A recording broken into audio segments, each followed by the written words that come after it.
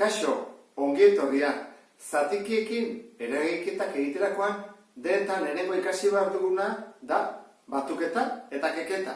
Eta hortarako, 3 pauso gogatu behar dituzute. Lehenengo, izendatzaile bera duten baliokideak jarri behar ditugula. Eta hori lortzen dugunean, egiten duguna da izendatzaileak batu edo kendu, eta izendatzailea mantendu. Horan hasiko gara, 4 ariketa hauek egiten. Adibidez, lehenengoa. Izendatzaile bera dute, 3, 2, 12. Ez, orduan dene jarri behar diagu izendatzaile bera. Jarriko torrela. Eta erabiliko dut multiplo komunetako txikiena. Hartzeta handiena, 12. 3, 6, 9, 12. 2, 4, 6, 8, 12. Denak 12tik pasatzen dira. Orduan jarriko direnei 12, 12, 12 eta 12. Eta baliokideak lortzeko izendatzailea bider lau egiten badut, goikoa ere egin badut, bider lau. 12 zatiru lau da, goiko ere da, bider lau. 8. Hemen egiten dugu, 2 bider 6. 12 zatiru 6. Horan, goikoa, zenbakitzailea ere, bider 6. 6 dugu hemen, eta azkenik, 12, bider bat. Horan, goikoa ere, mantendu egiten dugu, 11. Orduan, lehenengo pauso eman dugu, izendatzaile bera duten baliokideak jarri. Orain, baliokideak taterak izendatzaile bera dutela, egiten duguna da, izendatzailea mantendu, 12. Ez dugu aldatzen. Eta, zenbakitzaileak ibaituko batu eta kendu. Horasiko gara, 8 gehi 6, 14. 14, ken 11, 3. Orain, falta zeuguna da, emaitza emateko simplifikatu. Zatitu daitezke biak zenbaki berdinarekin, bai, biak dira 3 multiploak.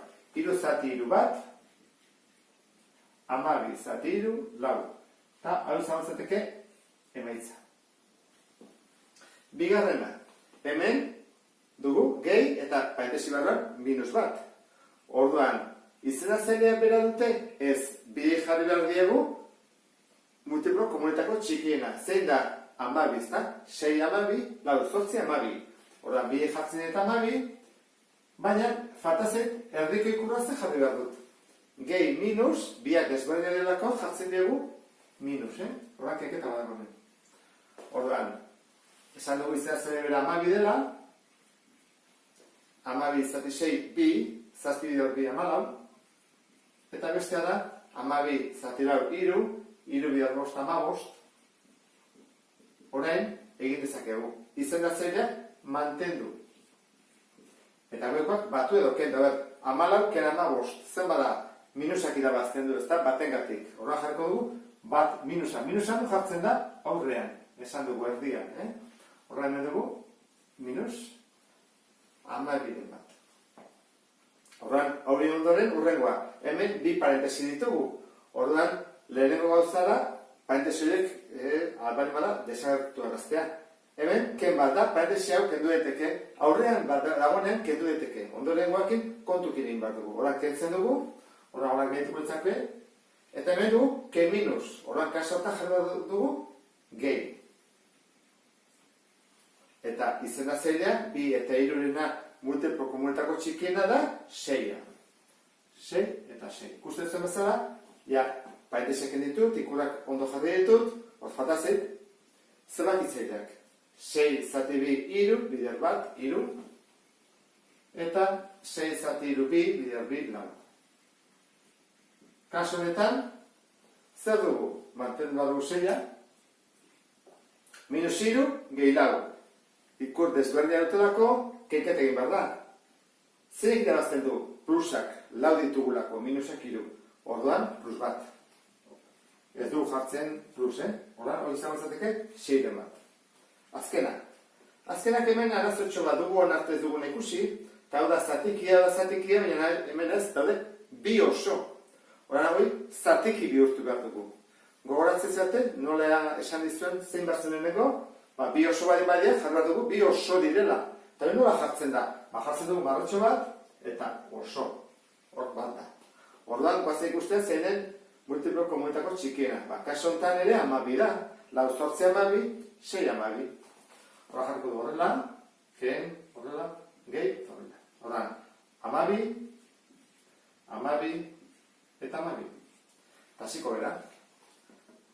zati lau, iru, bider bost, amabost. Amabi, zati sei, bi, bider zazpi, amalau. Eta amabi, zati bat, amabi, bider amabi, hogeita lau. Horan, hain dugu bider amabi, goiko ere bider amabi. Horan, hemen ditugu plusak amabost eta hogeita lau, direla hogeita emeretzi, harkut horrela, hogeita emeretzi, amabost. Eta, kendu bat dugu amalau. Plusak batutze ditugu, minusak batutze ditugu, hemen bakarra dago, eta kenketa egiten dugu. Hogeita emeretzi, kena amalau, hogeita bost.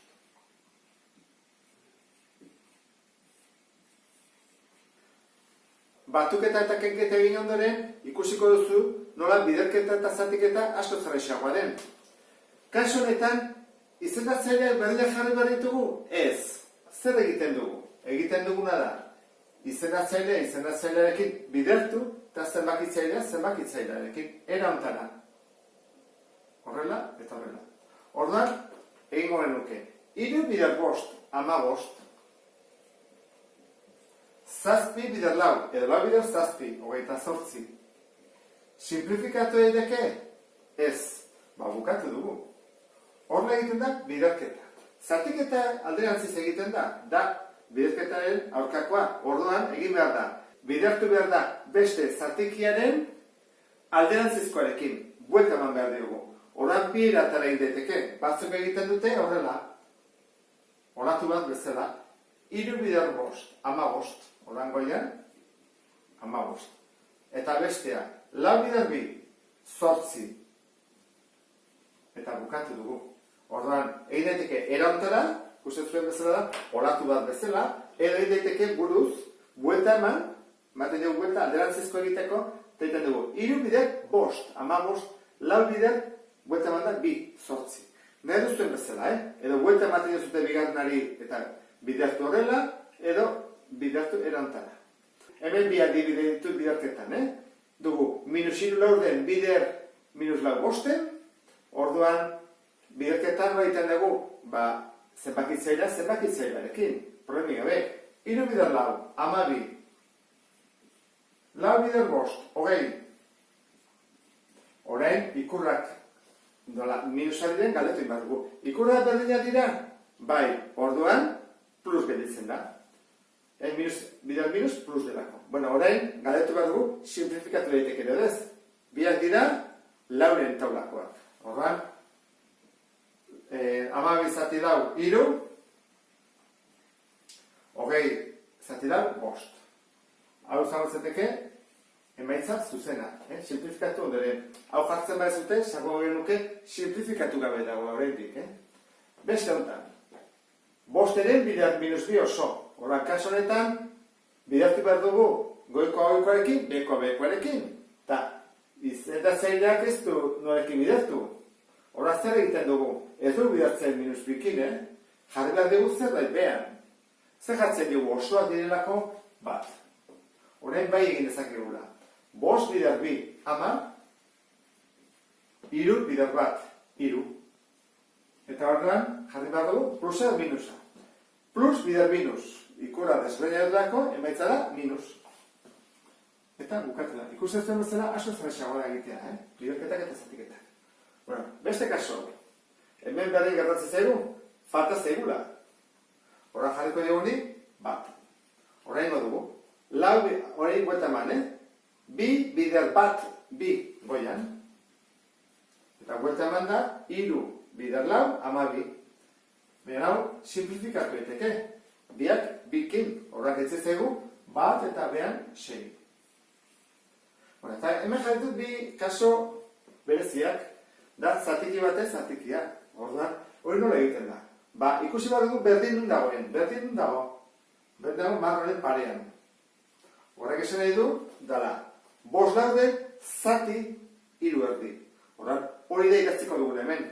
Hau, bihurtuko dugu erantara, zatiketan moduan. Horra jarriko dugu, bost laurden goian dagoena lehenengo, eta hiru biren ondoren. Eta ardian, zati. Zerrek esan du? Zati. Bost laurden, zati, hiru biren. bost laurden zati, hiru bide edo hiru erdi. Horra jarko dugu horrela, eta zatiketa dezakegu. Bost bider bi, 10, lau bider hiru, 12. Simplifikatuz biek bikin, bost eta hemen 6. Eta bukatuko eduke. Beste honetan, agremen, arazo txoko bat dugu. Kusi bat dugu, berri hori nun dago, berri hori dago, hemen. Horrek esan nahi du, dela, hau dela zati nagusia, horban da, hiru zati bilaurten. Hiru zati bilaurten, horra jarko dugu, hiru zati, hau da, bihurtzen da, zati bilaurten. Zatiketa egiteko, jarri batko du, egin batko du zerbait. Honek ez du izela zelek, goaz jartzea, hiru oso. Horran, hiru bider lau, 12. Bat bider bi, bi. Eta 12. Zati bi, 6 oso.